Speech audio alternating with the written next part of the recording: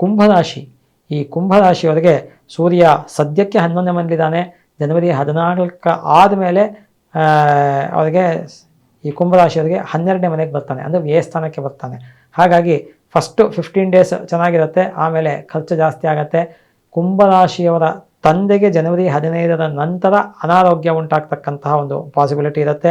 ಹೆಚ್ಚು ಖರ್ಚಾಗತ್ತೆ, ಕಣ್ಣಿನ ಸಮಸ್ಯೆ ಉಂಟಾಗತ್ತೆ, ಹೊಟ್ಟೆ ಸಮಸ್ಯೆ ಉಂಟಾಗತ್ತೆ, ಹೃದಯದ ಸಮಸ್ಯೆ ಉಂಟಾಗ್ತಕ್ಕಂಥದ್ದು ಅಥವಾ ಎದೆ ಭಾಗದಲ್ಲಿ ನೋವು ಕಾಣಿಸ್ಕೊಳ್ತಕ್ಕಂಥದ್ದು, ಇವೆಲ್ಲವೂ ಕೂಡ ಆಗ್ತಕ್ಕಂತಹ ಪಾಸಿಬಿಲಿಟಿ ಇರುತ್ತೆ.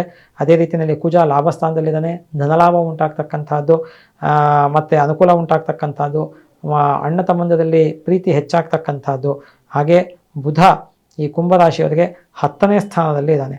ಬುಧ 10ನೇ ಸ್ಥಾನದಲ್ಲಿತ್ತು ಅಂದ್ರೂ ಕೂಡ ಅನುಕೂಲ ಉಂಟಾಗ್ತಕ್ಕಂಥದ್ದು, ಧನಲಾಭ ಉಂಟಾಗ್ತಕ್ಕಂಥದ್ದು, ಕೆಲಸದಲ್ಲಿ ಅನುಕೂಲ ಉಂಟಾಗ್ತಕ್ಕಂಥದ್ದು, ಆರೋಗ್ಯದಲ್ಲಿ ಏಳಿಗೆ ಉಂಟಾಗ್ತಕ್ಕಂಥದ್ದು, ಇವೆಲ್ಲವೂ ಕೂಡ ಆಗುತ್ತೆ. ಆದರೆ ಗುರು 3ನೇ ಮನೆಯಲ್ಲಿದ್ದಾನೆ. ಆದ್ದರಿಂದ ಗುರು 3ನೇ ಮನೆಯಲ್ಲಿತ್ತು ಅಂದರೆ ಸ್ಥಾನ ನಾಶ ಅಥವಾ ಅಧಿಕ ಧನ ವ್ಯಯ ಅಂತ ಹೇಳುತ್ತೆ. ಇಷ್ಟ ಜನದ ವಿಯೋಗ ಅಂತೂ ಕೂಡ ಹೇಳುತ್ತೆ ಶಾಸ್ತ್ರದಲ್ಲಿ. ಹಾಗಾಗಿ ಯಾರನ್ನು ನೀವು ಭಾಳ ಇಷ್ಟಪಟ್ಟಿರ್ತೀರ ಅವರಿಗೆ ಪ್ರಾಣಕ್ಕೆ ಅಪಾಯ ಬರ್ಬೋದು, ಅಥವಾ ಅನಾರೋಗ್ಯ ಜಾಸ್ತಿ ಉಲ್ಬಣ ಆಗ್ತಕ್ಕಂತಹ ಪಾಸಿಬಿಲಿಟೀಸ್ ಇರುತ್ತೆ. ಮತ್ತು ಯಾವುದೇ ಕೆಲಸಕ್ಕೆ ಕೈ ಹಾಕೋದು ಕೂಡ ವಿಘ್ನಗಳು ಪದೇ ಪದೇ ಇರತಕ್ಕಂಥದ್ದು, ಚಿಂತೆ ಅಥವಾ ಉದ್ವೇಗ ಟೆನ್ಷನ್ ಉಂಟಾಗ್ತಕ್ಕಂಥದ್ದು ಕೂಡ ಇರುತ್ತೆ. ಅದೇ ರೀತಿ ಕುಂಭರಾಶಿಯವರಿಗೆ 2ನೇ ಮನೆಯಲ್ಲಿ ರಾಹು ಇದ್ದಾನೆ. ಆದ್ದರಿಂದ ಅಧಿಕ ಧನ ವ್ಯಯ ಉಂಟಾಗ್ತಕ್ಕಂಥದ್ದು, ಮಾತಿನಲ್ಲಿ ಒರಟುತನ ಇರತಕ್ಕಂಥದ್ದು, ಮಾತಿನಿಂದ ವೃಥಾ ಕಲಹ ಉಂಟಾಗ್ತಕ್ಕಂಥದ್ದು.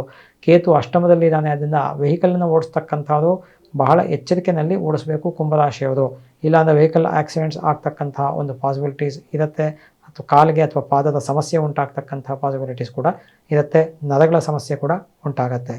ಈ ಬುಧ ಈ ಕುಂಭರಾಶಿಯವರು ಕೂಡ ಈ ಸೂರ್ಯನಾರಾಯಣನನ್ನು ಆರಾಧನೆ ಮಾಡ್ತಕ್ಕಂಥದ್ದು, ಅದೇ ರೀತಿಯಲ್ಲಿ ಶಿವ ಮತ್ತು ವಿಷ್ಣುವನ್ನು ಗಣಪತಿ ಪೂರ್ವಕವಾಗಿ ಆರಾಧನೆ ಮಾಡಿಕೊಂಡು, ಗುರು ಕೂಡ ಸರಿ ಇಲ್ಲ ಆದ್ದರಿಂದ ನೀವು ಯಾರನ್ನು ನಂಬಿರ್ತೀರ ಅಂತಹ ಗುರುಗಳನ್ನು ನೀವು ಭೇಟಿ ಮಾಡಿ ಅವರಿಗೆ ಅನುಕೂಲವನ್ನು ಆಗೋ ರೀತಿಯಲ್ಲಿ ಏನಾದರೂ ಅನುಕೂಲ ಅವ್ರಿಗೆ ಮಾಡ್ತಕ್ಕಂಥದ್ದು, ಅದೇ ರೀತಿಯಲ್ಲಿ ನಾಗದೇವತೆಗಳನ್ನು ಆರಾಧನೆ ಮಾಡ್ತಕ್ಕಂಥದ್ದು ಬಹಳ ವಿಶೇಷ ಆಗಿರುತ್ತೆ.